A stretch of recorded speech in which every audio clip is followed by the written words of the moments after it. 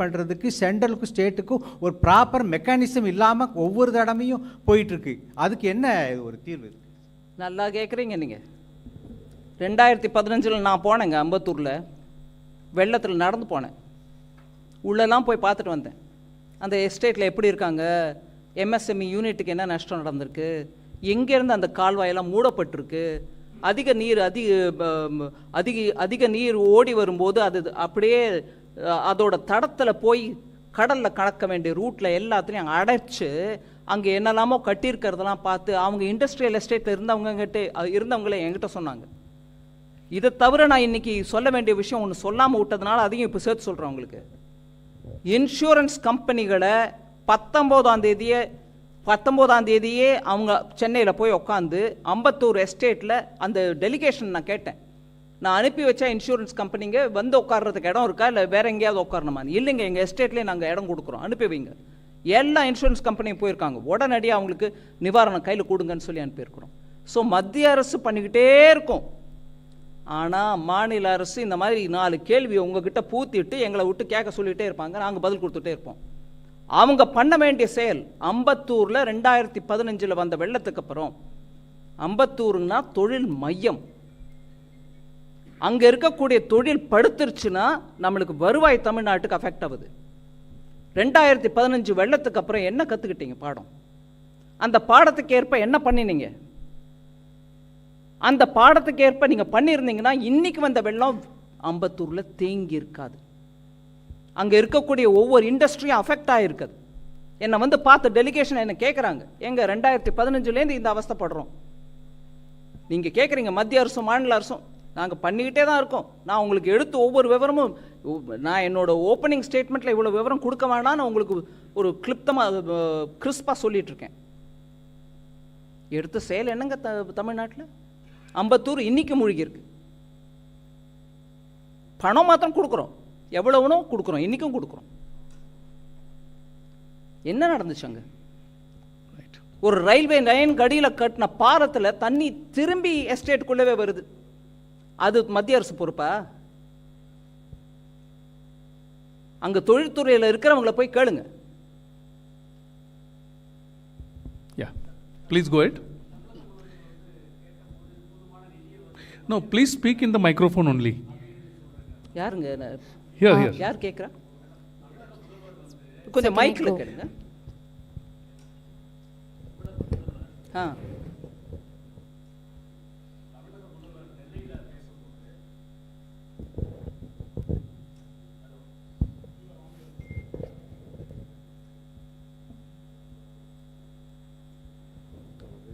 Hello, தமிழக முதல்வர் நெல்லையில் வெள்ள சேதங்களை பார்வையிட்ட பிறகு கூறுகையில், நாங்கள் 2000 கோடி நிதி கேட்டோம் உடனடியாக, ஆனால் எங்களுக்கு கேட்ட போதுமான நிதியை மத்திய அரசு வழங்கவில்லை அப்படின்னு சொல்லியிருக்காரு. இங்கே பிரதமரை பார்ப்பதற்கு முன்பு கூட 12000 கோடி நாங்கள் கேட்க உள்ளோம் அப்படின்னு சொல்லியிருக்காரு. அவர் பேசும்போது கூட என்ன சொன்னார்னா, இன்ஃபர்மேஷன் கொடுத்தாங்க எங்களுக்கு, ஆனால் அதிகமான மழை வரும் என்ற இன்ஃபர்மேஷனை கொடுக்கல. எங்களுடைய களப்பணியாளர்கள் முன்னாடி போய் அதிகாரிகள் 5 அமைச்சர்கள் உள்பட எல்லாருமே முன்கூட்டியே வேலை செய்தார்கள், இந்த முன்னெச்சரிக்கை நடவடிக்கையாக வேலை செஞ்சாங்க. அப்படி இருந்தும் ஒரு பெரிய சேதங்கள் வந்திருக்கு அப்படின்னு சொல்லியிருக்காரு. இதை நீங்கள் எப்படி மேடம் பார்க்குறீங்க? தமிழக முதல்வர் திருநெல்வேலி போனார், அங்கே இருந்து பேசினாருன்னு கேட்டது ரொம்ப உகந்த செயல். இவ்வளோ பெரிய பாதிப்பு அஃபெக்ட் ஆகிருக்கும் போது அங்கே போகிறது கரெக்டு தான்.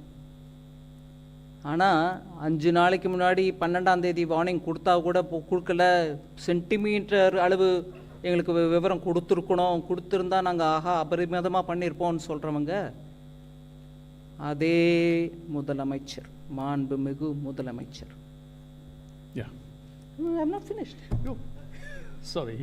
அதே மாண்புமிகு முதலமைச்சர் இங்கேருந்து நாங்கள் அனுப்பிட்டு இருக்கோம் என்டிஆர்எஃப்.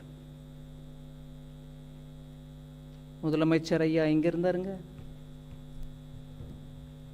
ஏன் 4 மாவட்டத்தில் எப்பொழுதும் காணாத, வரலாறு காணாத மழை, மக்கள் திணறிட்டு இருக்காங்க.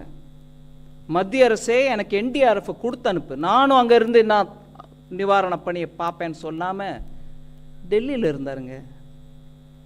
இன்னைக்கு ஒரு 4 நாள் கழிச்சு போய் திருநெல்வேலியில், 3 நாள் கழிச்சு போய் திருநெல்வேலியில் நின்றுக்கிட்டு அவர் பேசுகிறாருன்னா நாங்கள் கேட்டுக்கிறோம், அது மரியாதை கொடுத்து கேட்டுக்கிறோம். ஆனால் இன்னைக்கு நாள் முழுக்க தில்லியில் இருந்துட்டு பிரதமர் ஐயாவை ஏன் மீட்டிங்கெல்லாம் முடிஞ்ச பிறகு நான் வந்து உங்களை பார்ப்பேங்க, போகிற போக்கில் பார்த்துட்டு போவேங்கன்னு அந்த தோரணையில் டைம் கேட்டு, அவரும் ஐயோ தமிழ்நாட்டிலேருந்து முதலமைச்சர் வந்திருக்காருன்னு ராத்திரி ஆனாலும் டைம் கொடுத்து அப்பாயின்மெண்ட் கொடுத்து பார்த்து பேசியிருக்காங்க. இதுலேருந்து அவருடைய ப்ரையாரிட்டி என்னன்னு நான் புரிஞ்சுக்கணுமா இருக்கு. நாங்கள் பணம் கேட்டிருக்கோம், பெரிய அமௌண்ட் கேட்டிருக்கோம் அப்படின்னு சொல்கிறது ரொம்ப நல்லது. அதுக்கு வேணுங்கிற அளவு டீம்ஸ் போயிருக்காங்க, பார்ப்பாங்க, வந்து இங்கே உள்ளாட்சித்துறை அமைச்சர் உள்துறை அமைச்சர்கிட்ட பேசுவாங்க, சொல்லுவாங்க, அதை டிட்டர்மைன் பண்ணுவாங்க. அதுக்கு ஒரு ப்ராசஸ் இருக்குது, இவங்க டீம்ஸ் பார்த்துக்குவாங்க. ஆனால் இந்த பேரிடர்வு நடக்கும்போது முதலமைச்சர் இந்திய அலையன்ஸோடு உட்காந்துருந்தார். அங்கே போய் நான் என் மக்களோட இருக்கேன், அலையன்ஸே நீ இரு, அதை நான் பார்த்துட்டு நான் வரேன், என் மக்கள் என் மண் அப்படின்னு சொல்லிட்டு அங்கே இருக்கணுங்க. அது இல்லாமல் வாய்க்கு என்ன வந்துச்சு நஷ்டம் அப்படின்னு சொல்லிட்டு எனக்கு 12,000 16,000 எதுக்கு எவ்வளோ கொடுக்கணுமோ அது கொடுப்பாங்க. நான் அதை கமெண்ட் பண்ணலை. 12,000 ஜாஸ்தின்னு சொல்ல, 16,000 குறைச்சல்னு சொல்லலை. இங்கே முழு நாளும் இருந்து விட்டு அந்த மாவட்ட மக்களை பற்றி எங்ககிட்ட பேசுறீங்களா? நாங்கள் அதுக்கு முதல் நாளே அனுப்பி கொடுத்துட்டோங்க NDRF. Wait a second, one by one, please. எல்லாருக்கும் கொடுக்கறோம். ஒரு நிமிஷம் இருங்க. Please, யாருக்கு சொல்றாங்களோ one by one. The lady here. Those who have got mic will speak. Please go ahead. Ma'am, Janani from NDTV Profit here. Ma'am, just 2 questions. You had alluded to the fact that the government had released ahead of time the 450 crore that was also released by December 12th. Has there been any additional? 900 crores. The second installment being? Second was 450, first was 450. Right, ma'am. Has there been any additional request of funds? That's question number 1. Question number 2, ma'am, you had also alluded that insurance work, all these search and survey teams were on the ground and they've been dispatched, and 4 such companies were on ground. Can we get a little update on that if that's possible? No, search and survey teams were sent even earlier, meaning the moment I had the NDRF request put to the Home Minister, I ensured that the teams would also go there in time. Other than that, I had also asked for, that I've said now. Just to, because the information has come from the Home Ministry's official, I'm saying, on 18/12/2023, initially, 10 rescue teams of NDRF, 2 columns of Indian Army, 2 of IAF, which is what I've already told, 1 ship, 1 Navy helicopter, 6 disaster response teams, 2 helicopters of the Indian Coast Guard were mobilized and sent. Other than that, he is also talking about the same detail, 10 teams of NDRF. That's fine. But on the insurance, so on the day when I've spoken to the Home Minister, and that night the notification was put out through my handle also, other than the Home Ministry's own, I had instructed the insurance and the Department of Financial Service Secretary himself had taken it upon himself on my saying to send the insurance companies and their officers on the 20th or earlier to go sit there with their surveyors having done the field work. People who want to come and give the claims can meet them in person and take it. That is for Ambattur. And the same thing was given as instruction for the 4 southern districts once the water receded. They can't go and say, claim your insurance when the water is still there. So that's the picture there. Ma'am, an additional request for funds made any? You're hearing it from all of them. The Home Ministry will release it as to what claim has come, how much they are looking at it. That's not mine. Please go ahead. The third last row.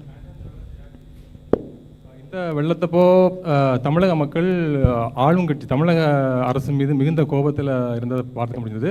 இது வந்து நாலாவட்டத்திலேயே அந்த மழைநீர் வடிகால் பணிகளை வந்து மேற்கொள்ளாதான் காரணம்னு சொல்லிட்டு அங்கே மக்கள் வந்து குற்றம் சாட்டியிருந்தாங்க.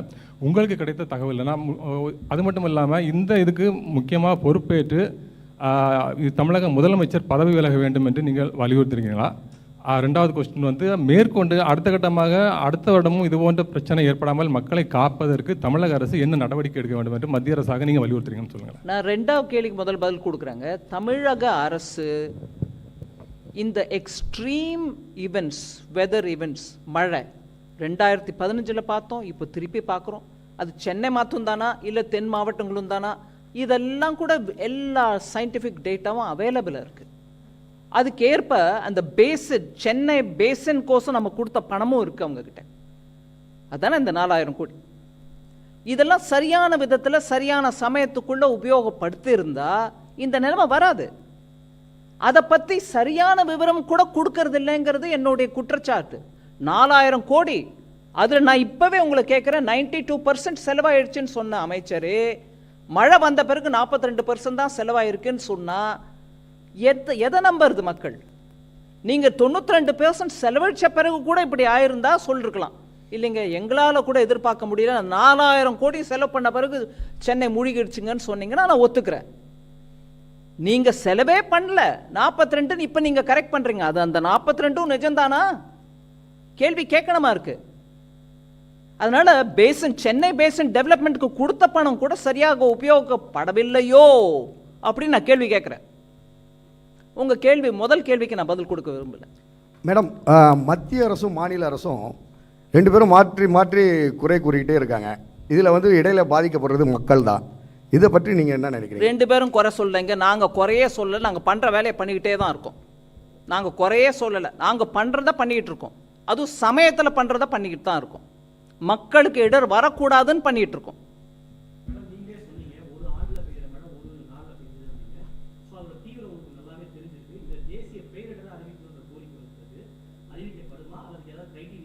தேசிய பேரிடர்வு அப்படின்றது ஒன்றும் அனௌன்ஸ்மெண்ட் பண்ணுறதுக்கு இல்லை.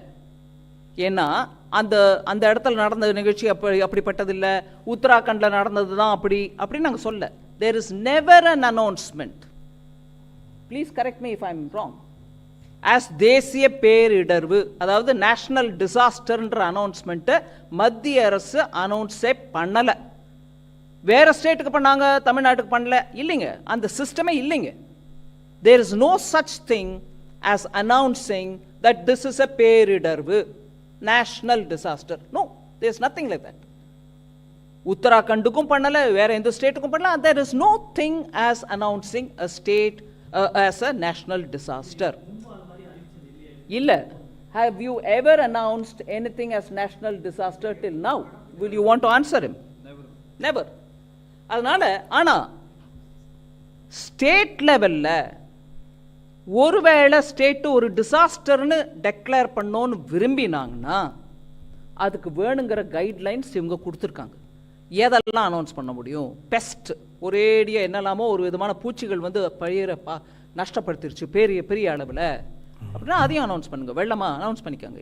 அவங்க you want to explain that you given guidelines for the states to announce any disaster that they think they want to announce.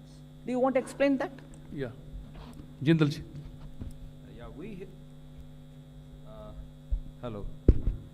So, we have issued guidelines which governs the State Disaster Response Fund, National Disaster Response Fund, right? So, these are based on the recommendation of the successive finance commissions. So, after the 50th Finance Commission, we have revised the guideline and issued in the year 2022 itself. So, under the guidelines, there are 12 notified disasters which are eligible for relief assistance under the SDRF as well as the additional assistance from NDRF. These are cyclone, drought, earthquake, fire, flood, tsunami, hailstorm, landslide, avalanche, cloudburst, pest attack, frost and cold wave.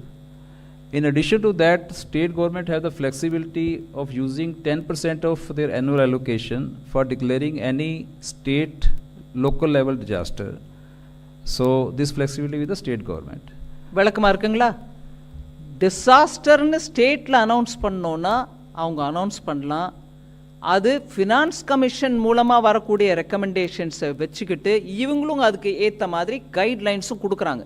நீங்கள் எதெல்லாம் disaster அப்படின்னு state லெவலில் சொல்ல முடியும்? அவர் list படித்தார் உங்களுக்கு. அந்த எர்த்குவேக்கோ இல்லை வெள்ளமோ அதிகமாக மழையோ இல்லை பயிர் நாசனமோ அப்படின்னு வரிசையாக 12 ஐட்டம் அவர் படிச்சுட்டார். அதை நீங்கள் உங்கள் ஸ்டேட்டில் வேணுன்னா ஃபினான்ஸ் கமிஷனும் அதுக்கு ரெக்கமெண்டேஷன் கொடுத்துருக்குன்றதுனால அனௌன்ஸ் பண்ணிக்கிட்டு உங்ககிட்ட இருக்கிற அந்த ஃபண்ட் இருக்கு பாருங்க, ஸ்டேட் டிசாஸ்டர் ரிலீஃப் ஃபண்ட், அதுலேருந்து 10% வரைக்கும் எடுத்து இதுக்கோசம் உபயோகிக்கலாம் அப்படிங்கிற கைட்லைன்ஸும் கொடுத்துருக்காங்க. அதை தவிர மத்திய அரசு நேஷனல் டிசாஸ்டர்னு ஏன் அனௌன்ஸ் பண்ணல? இல்லைங்க, அந்த சிஸ்டமே இல்லை, இப்போ வரைக்கும் யாருக்கும் அனௌன்ஸ் பண்ணல.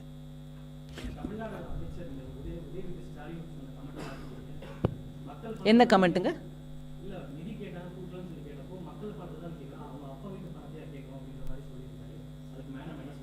அவங்க பாஷை எப்போதும் அப்படிதானுங்க. அதை சனாதன தர்மம் போது கூட அப்படிதான் நாங்கள் அழிக்க வரல ஒழிக்கவே வந்திருக்கோம்லாம் பேசினார் இல்லைங்களா? அவரோட பாஷை எப்போதும் அப்படிதான் இருக்கும். அதனால ஒன் மினிட்,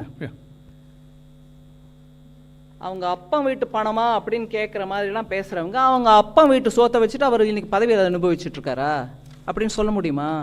கேட்க முடியுமா? மக்களால் தேர்ந்தெடுக்கப்பட்டு வந்திருக்காரு, அவர் கொடுக்க வேண்டிய அந்த மரியாதை நம்ம கொடுக்க தானே கொடுக்குறோம். இந்த அப்பா வீடு உன் ஆத்தாவா இந்த பேச்செல்லாம் அரசியலில் நல்லது இல்லைங்க. அவர் அரசியலில் இன்னும் முன்னுக்கு வரணும்னு ஆசைப்படுறாரு இல்லைங்களா? அந்த குடும்பமும் ஆசைப்படுது இல்லைங்களா? பேசுகிற பாஷை மொழி, அவங்க தாத்தா எப்பேற்பட்ட தமிழ் அறிஞர், எப்பேற்பட்ட Tamil. Excuse me, who's in a hurry யார்? Please just hold on. Let me finish. He is also your colleague. I'm answering him. அதனால் நம்ம நாக்கில் கொஞ்சம் அந்த பதவிக்கு ஏற்ற அளவுக்கு வார்த்தைகள் அளந்து வரணும். இது நான் பொதுப்படையாக சொல்கிறேன், அவர் மேலே காழ்ப்பு உணர்வோ ஏதோ வச்சுக்கிட்டு சொல்லலை. இதுக்கு முன்னாடி ஒரு உதாரணம் பார்த்தோம், இப்போ இன்னொரு உதாரணம் பார்க்குறோம்.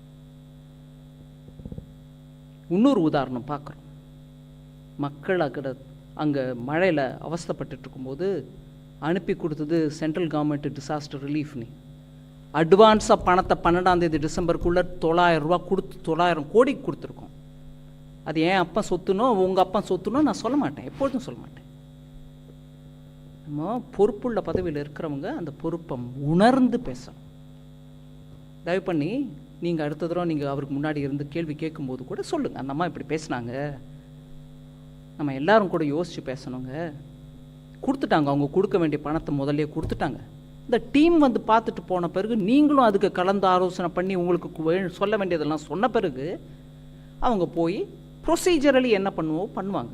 உங்கள் அப்பாவும் போய் பிரதமரை பார்த்துட்டு வந்திருக்காங்க, அதனால் பண்ணுவாங்க. அதனால் கொஞ்சம் பொறுமையாக, வார்த்தையும் பொறுமையும் நல்ல குணங்கள். Ma'am, Harish Nair from Times Now. Chief Minister M.K. Stalin had blamed the IMD. He had said that IMD warning was a bit late, rainfall was higher than forecast. So, your reaction? No, I've reacted to that. I will repeat it for you because I said that in Tamil, now I'll say it in English. Even on the 12th, first of all about that center, it's a state-of-the-art meteorological center located in Chennai. It has 3 Dopplers with which they detect weather forecasts they do are based on that. And the forecasts are normally done on a dynamic way every 5 days in advance, meaning every day there's some forecast. But it warns you for something which will happen 5 days in advance. So for this event of the 4 districts in South, the alert was given.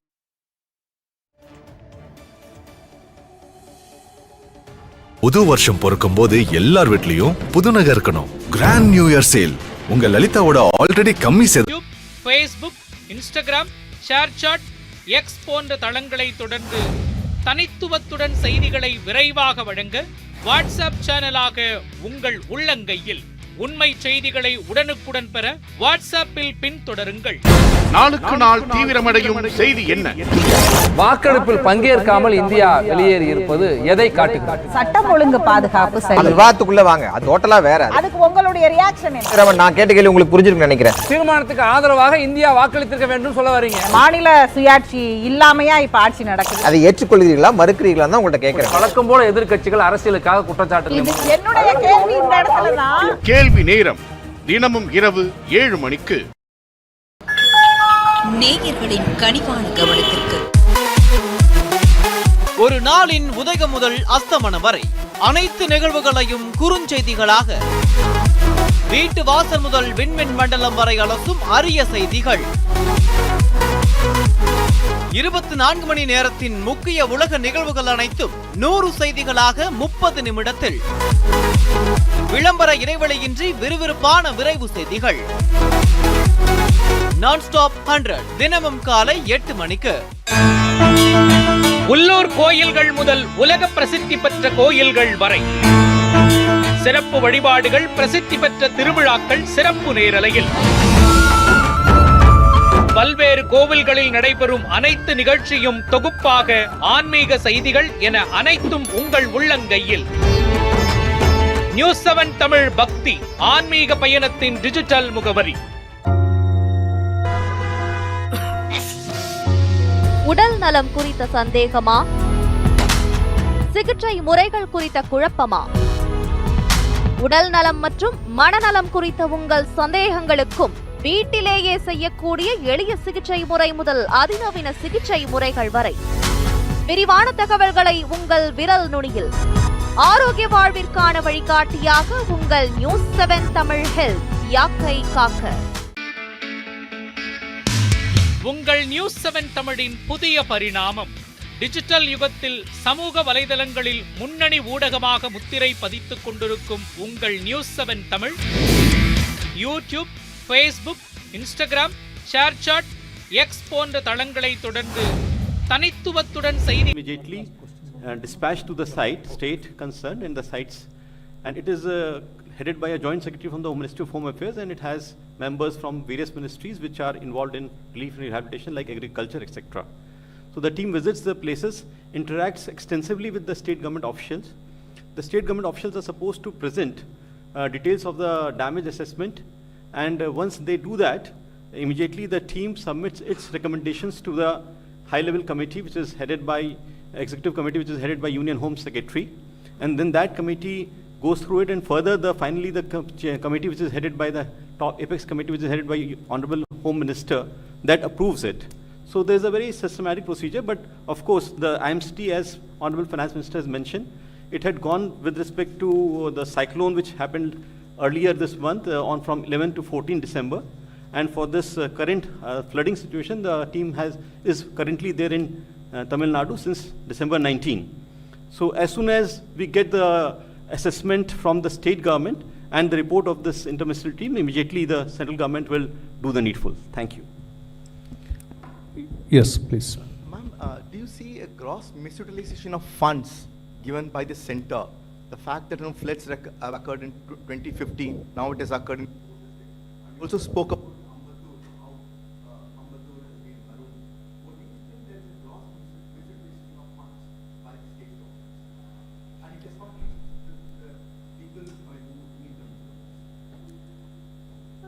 I don't know whether there's a misuse. I can't comment without data in my hand. But clearly, lessons of 2015 have not been learnt. Precautionary steps which have to be taken at the state level for organizing economically vulnerable areas like industrial estates, railway stations, harbor, airports, those will have to be given additional support. I can for sure say that that's not happened. I don't know about misuse of fund because I don't have the data, but தவிர்ப்புக்கு வேணுங்கிற விஷயங்கள், நடவடிக்கைகள் எடுக்கப்படவில்லை. வெள்ள தவிர்ப்பு, வெள்ள நிவாரணம், அதுக்கப்புறம் வெள்ளம் வந்த பிறகு நிவாரணம், தவிர்ப்புக்கான முயற்சிகள் சரியா எடுக்கப்பட்டிருந்தா இந்த நிலைமை வந்திருக்காது. நான் சென்னை சுற்றி இருக்கக்கூடிய Ambattur, industrial estate, harbour, railway station, port, அதை பற்றி பேசுகிறேன். தென் மாவட்டங்களில் அங்கே இத்தனை கன்ஜெஷன் இல்லாதனால ஒரு நாள் பெஞ்ச மழையில் ஒரு வருஷத்துக்கான மழை ஒரே நாளில் பெஞ்சா கூட மறுநாள் அது கொஞ்சம் வேலைக்கு போயிடுச்சு. சென்னையில் அது நடக்கலையே.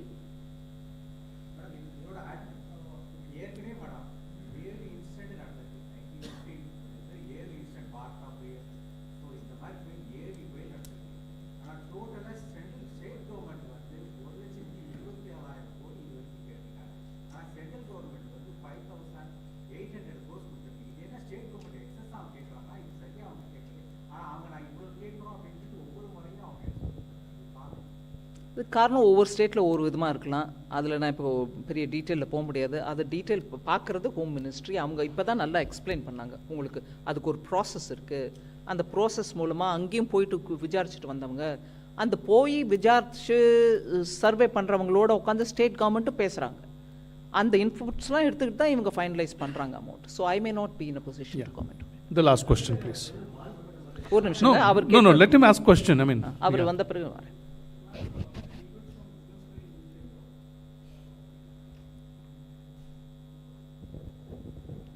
Business Line newspaper. This is Srivat's ma'am. Question is on the supplementary to what he asked. Is there a concept of end utilization audit? Because invariably there is a discrepancy between what the center claims and what the states claim and what the center allocates as part of NDRF proceeds. So is there a concept of CAG audit on how the relief assistance has been utilized? Yes, it will come a bit later with a time lag. So it won't be immediate. So has there but been... 1 minute. Sorry. Has 1 there, minute, yeah. Okay. Has there been such exercises done on the assistance given from 2015 by the center? I may not be able to answer for the Home Ministry on that, but I will tell you one thing. The CAG audits come with a time lag, so we get to know about it a bit later.